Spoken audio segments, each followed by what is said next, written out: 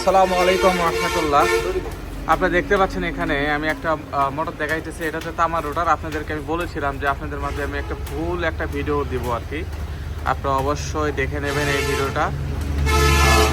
এটা হচ্ছে তামার রোটার আর কি। মানে এই তামার রোটার হওয়ার পিছনে অনেক কিছু কারণ রয়েছে, সেটা আমি কিন্তু লাইভে আপনার সাথে শেয়ার করেছি।